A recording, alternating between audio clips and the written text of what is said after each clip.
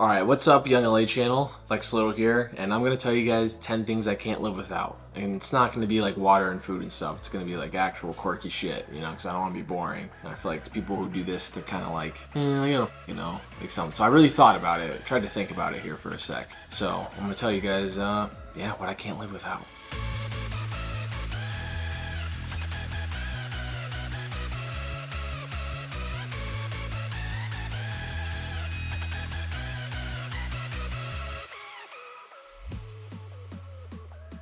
The first thing that I can't live without, and people say put God first, but honestly, like, I can't bring myself yet to do that because I feel like Erin is the first thing I can't live without, like, no matter what. I feel like she's, changed me into the man I am today, so I got this little cute thing. It says, happy 19th birthday, I love you. It's really cute. A long time ago, I'm getting old, but basically, like, I don't know, I think it was during the fall time, and then there's a bunch of stuff that means stuff. We like would reference Spider-Man a lot because I gave, like, when I first met her, I gave her a kiss and she was like laying like on the bed upside down, and I get, like how Spider-Man kissed MJ?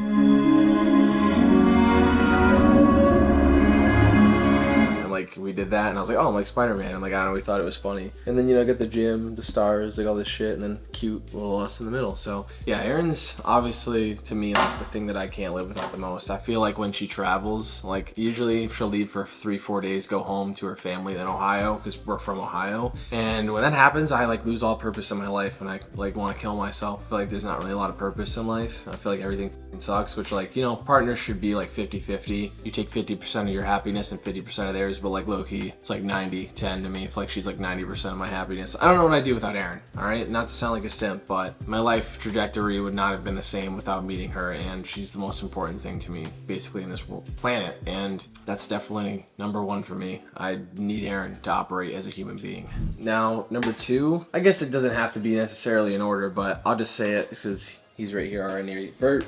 Number two would be my dogs. So I have 4 dogs.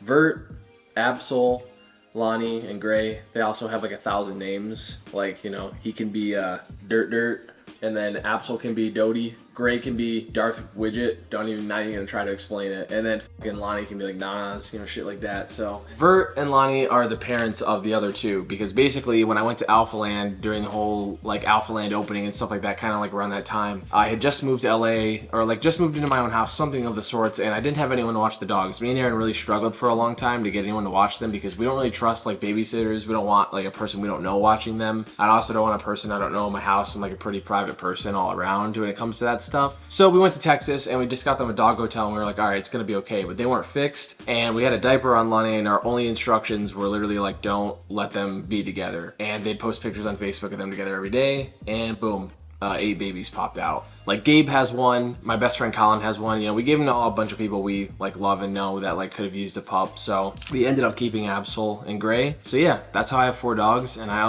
love them very much. I could not imagine getting rid of one of my dogs. Like, I feel like once I got stuck with 4, I'm stuck with 4. I'd live in a fucking 200 square foot condo as long as I had Erin and the dogs, and I'd be fine. So I'd make it happen because they love me and I love them, and I think they're definitely at their happiest when they're with me. So yep, got 4 dogs, and I couldn't live without them at this point. I love them. They're like my fucking children, and they give me a bunch of purpose.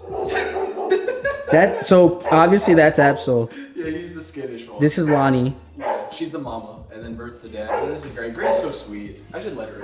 Yeah. Oh, Gray. Come here, Gray. Gray's nice to everybody. I pick living with dog hair every day. It's okay. Just how it is. Number 3, I would say, is, again, I'm not trying to like make it be like that, like in order, but obviously, like, yeah, it's God. So recently I found like a really good relationship with God, and one of my best friends, Johnny, gave me this rosary. So he got this like blessed in like Italy or something by a priest, and he like did a powerful prayer over it, and I think it means a lot to me. I was always just a really angry person. I always dealt with like a lot of anger management problems when I was younger and stuff like that. So not to get all loony, but I feel like God definitely does help me. I'm not a good type of guy to push it down anyone's throat or anything, but I definitely feel like, me personally, it's helped me, and I have my own personal relationship with him that has definitely helped me and make me a better person and a better man. So yeah, definitely God is up there.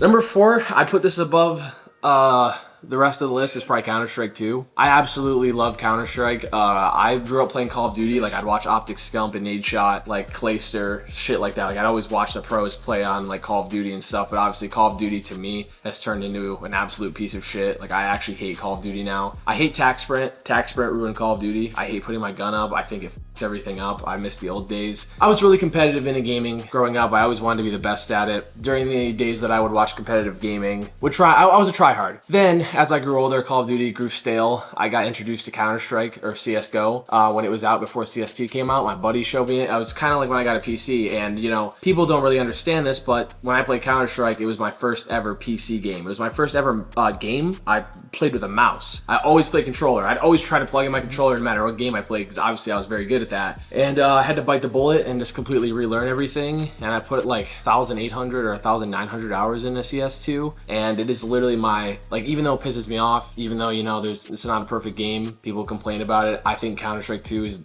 the fun. I love it. I love everything about it. I love the skins. I just love everything about Counter-Strike 2. I'm a CS fanboy. I really have like a deep fundamental understanding of Counter-Strike as well. So yeah, really love that game, and honestly can't live without it. I love gambling on it too. So Like, how much money do you think is in your Counter-Strike? my inventory is worth, I think, like $45,000 or something. All right, so I was in the middle of a Balloons Tower Defense 6 game, but so this is the thing, right? Like, if I go to CS Float, and this is basically like where you can sell your skins, because the Steam market, you can only sell things for $2,000 or less, which obviously there's skins that are worth way more than that, so you use like third-party trading websites to fucking sell shit. If I go to sell items, basically it'll give me an estimated value that's not exactly correct, but you know, that's like about what it says, right? I have so much shit it's not counting because they're in storage containers, and on top of that it says like M4A1S Hot Rod Factory New, and it says $2,347, right? But the thing is that's not counting sticker price. So a lot of these skins have a lot of stickers on them that it's not attributing for. So there's literally a sticker on there worth like $4,500, just the sticker. Now that doesn't mean it's gonna add to the actual value completely. For example, if I go to the Hot Rod right now, and you know, I go to the sticker combos and I scroll down, the only one listed with IBA power on it is $4,500. So that's its real value. So give or take, and there is 24 watchers on it. But the thing is though, is then you go back, and this is like this for a lot of my items, that, you know, that guy had one IBA power and then some stickers worth a couple cents. I have an IBA power worth this. I have a fucking LGB esports Cataways worth $800 on it. Then I have this for $224, and I have this worth $600 on it. So honestly, realistically, that's like a $5,000 skin, but it's not gonna obviously say that because it's not like attributing for all these things. So that's why it's about like probably realistically like 40 to 45 grand. But I have some containers with fucking like I have a red container. These aren't really worth all that much. Some of them actually are worth a decent amount, like the Empresses and shit like that. But like then like a lot of money as well is also in like fucking the pink container, which this is fucking insane actually. So these are all like my pinks. So like I just opened all these. You guys do not want to see my blue containers. Like you really don't want it, bro. Like I'm I'm telling you, like You've opened a lot of shit. I've probably opened like 6 figures in cases. I'm not gonna fucking lie, bro. I might as well be train wrecks. Number 5, I'd say, is collectibles. So I have so much. My inner child like thrives off collecting shit. I'm just a big collector. I mean, Counter-Strike skins is another thing I collect. But obviously that's kind of its own thing because it's a game. But you know, I have a whole Pokemon collection, not including all the binders. I have a like $2,000 or $3,000 mint Accelerator Hot Wheel collection, which not everyone. I mean, actually, probably under 1% of people watch this video would understand that, but childhood show, really mint Hot Wheels that obviously like aren't around anymore, and they're super expensive now. And I also have a giant Funko collection mixed in with Aaron's books in our room. And you know, there's always like a voice actor signing here for like different voice actors. So if we have any Funkos that they voice, we'll always get them signed and stuff. So I'm super into collectibles, collecting literally anything. I get into it super heavy, and usually it honestly pays off. I feel like collecting random shit is low-key a better investment than putting your money in crypto at this point. You've seen a bunch of your stuff go up in value over time. Yeah, I think my Counter-Strike inventory, I've really only spent like 20 grand on it, and that's like 2.5x. Like, it's insane. I mean, the market cap on Counter-Strike is like 5 billion. All the different realms of collectibles you've gone into, if you could only keep one, what would it be? Counter-Strike 2. Pokemon is really close, but I feel like the way that Counter-Strike 2 skins go up, it's just insane. Another big thing is that's also just deep down, like that's just my justification of buying everything. It's like, oh, it's worth money, but in my head I'm like never gonna sell it. You know what I mean? But I'm like, oh, it's worth money. So like, you know what I'm saying? Like I guess if I needed to, but I don't plan on doing it. So basically, yeah, this is some Pokemon. Like I feel like my collection isn't amazing or anything like that, but you know, I mean, it's all right. I haven't really dumped as much money into Pokemon as like Counter-Strike and stuff like that, but these are just some cards that I really like, and I feel like this is obviously, you know, you gotta get that. I actually unboxed this, or I guess unpacked it, whatever. I'm thinking of Counter-Strike.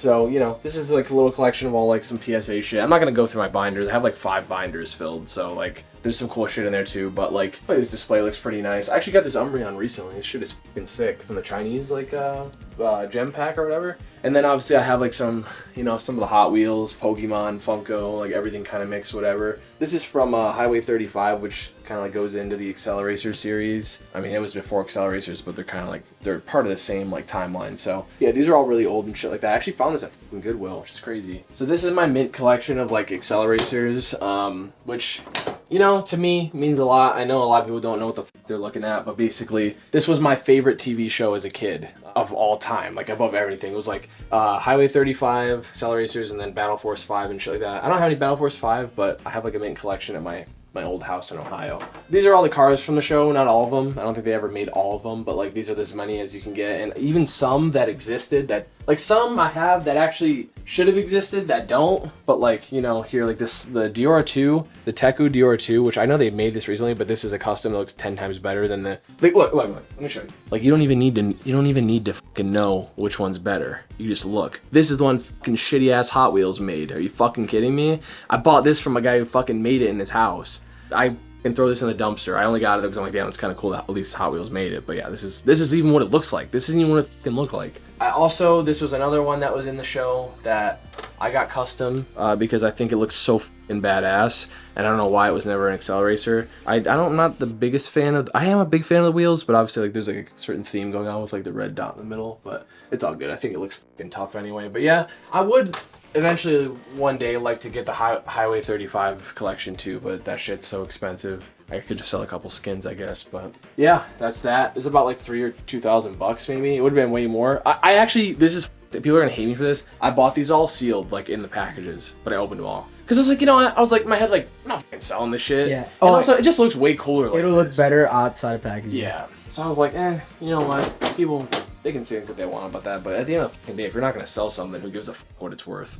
Now, another thing that I can't live without is my box fan, which is right here. So I genuinely can't live without this thing. Also, I was gonna show this for my collectible. This is my favorite This is my favorite Pokemon ever. Totodile is my first starter. Also got him shiny on the game, which is like 1 in 8,000. Had no boosted chances or anything. You kept restarting? Yeah. I only did it like 100-something times. And I got Totodile. It's like 1 in 3. Well, so it's like triple the odds. I actually got it. And he was also my first starter. So anyway, another thing I can't live without is my box fan. So I literally, like I genuinely can't live without my box fan. Like I have slept with a fan my entire life. And I guess maybe not necessarily the fan, but it's really just the white noise. You know, when I travel, I always put on like a box fan white noise for like 12 hours or whatever, like on my phone, just leave it charging so I can just hear that white noise. So like, you know, it's unfortunate, I guess, because like I think like the fan is, I don't really know. I've never really had any problems. I know it can cause some problems with like breathing or sinuses, but I don't give a f. Everything's bad for you to some degree. So yeah, I cannot live without my box fan. The next thing I can't live without, Aaron recommended this because I was kind of struggling to think about it because I feel like people think I'm interesting, but I'm actually like just a normal ass guy. One thing she said was like a bidet, and man, I'm not gonna I don't have a bidet on me, can't show you, and I'm not gonna show you mine because there's probably shit all over it or whatever, but you know, I absolutely, as I think there's some Italian in me, cannot live without my bidet. When I shit, it's like trying to like fucking push like a cheese through like a fucking cheese grater, you know? It's like, I'd never really realized how important a bidet was in my life until I got one, because it's like, now that I have it, I could never, ever go without a bidet unless I want shit in my fucking underwear for the rest of my life. Yeah, bidets, honestly, it probably deserves more respect. It's probably under Counter-Strike too. Now, another thing that Erin suggested, which is true, I didn't want to accept it, but she said YouTube while eating. Because I'm like, oh, everyone does that, you know? But no, I really do. She was pointing out how, like, when we get poke and stuff, or we get food, and, like, I go in the car, I'll, like, prop up a YouTube video on the car just to watch it, because, like, I don't know. I know to a lot of people it is, too. There is something, like, magical, just enchanting about eating and watching YouTube. It just makes sense. It's just perfect. It's just, there's not a lot of things that feel better than getting your favorite meal or favorite food and just downing it to your favorite YouTuber doing something. And it honestly warms my heart when people say they watch my videos and they eat food, because I'm like, damn, like that's kind of crazy that I'm like that guy. For me, it's Beard Meats Food. I love to watch Beard Meats Food when I eat. It's like one of my, or Whistling Diesel. Those are like my two probably favorite people to watch while I'm eating food if they uploaded. Now, another thing is I cannot live without Metallica, Motionless in White, or 3 Days Grace. It's a little salt in the wound that the Trend Twins trademarked Animal I've Become, because I think I'm a little older than them, and I've listened to Animal I've Become longer than them. I was the animal that I became, all right? I've fucking listened to that shit when I was in diapers. I was watching Naruto AMVs when I was literally 9 years old to that song. Even on my YouTube channel, I used Animal I've Become like years and years ago when I fucking deadlifted with James in Hard Knocks, when I did like the 620 deadlift or whatever, PR. Like that song, I've been a fucking 3 Days Grace fan my entire life, and they're not gonna take that away from me, all right? Love those guys though. But yeah, love 3 Days Grace. I know literally like every 3 Days Grace song. I know like all the words to almost every single song of 3 Days Grace. Same thing with Motionless in White, except minus the lyrics part, because sometimes he's screaming and I don't know really what the he's saying, but I'm just kind of nodding my head to it. But I do know a lot of the lyrics to their songs too. I would say, well, the order is Metallica, 3 Days Grace, Motionless in White, but Metallica is always gonna be my number one. It was literally the first song I ever heard was One by Metallica. Like my dad would play it. He had like a Mustang when I was younger. You know, he'd play Metallica when I was in the car, and I was like 6, and I was always like, yeah, this is the best fucking song ever. Lo and behold, it really is like the best song ever. So One by Metallica specifically is my favorite song ever, and I think every gym session at some point Metallica, Motionless in White, or 3 Days Grace is played at some point every single time I work out, no matter what. So literally love those bands, can't live without hearing it.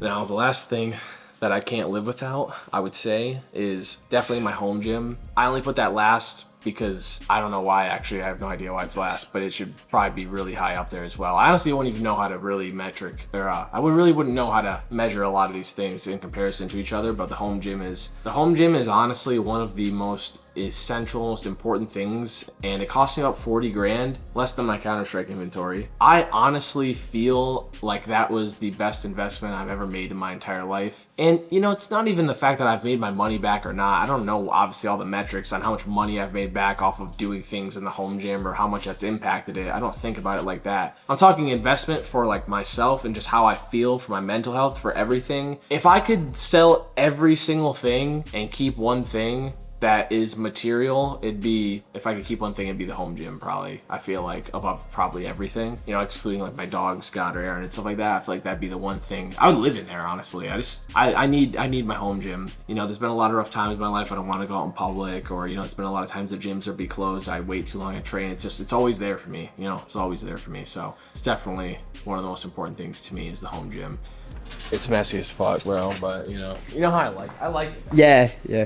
Recently, Brad actually gave me his fucking some of his plates off at his gym. Oh really? Yeah, the fucked up ones. Like obviously the clean metal ones over there are like, you know, mine. But then he gave me these, and I was like, hey, if you need them back, just let me know, because he didn't want to make me pay. And I was like, okay. I was like, well, if you need them back, then just let me know. He was like, all right, bet. So if I ever move, I just was like, I'll give them back to you. He was like, bet. So you know, they're like a little light, probably. I don't fucking know.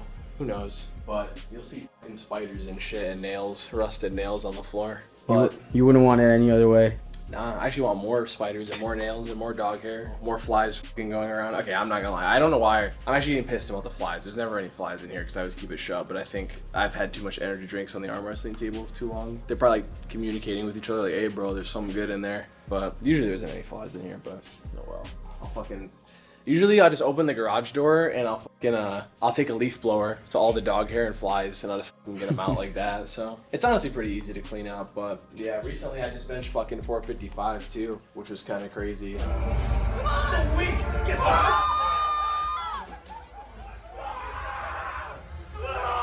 My ass came up, but I don't really give a fuck. I'm just having fun, bro. It doesn't really mean, it's not really the biggest deal to me. I'll probably pause like 441 soon on like calibrated plates. Just like honest, like a good bench, keep my butt down. But yeah, home gym, need it, love it.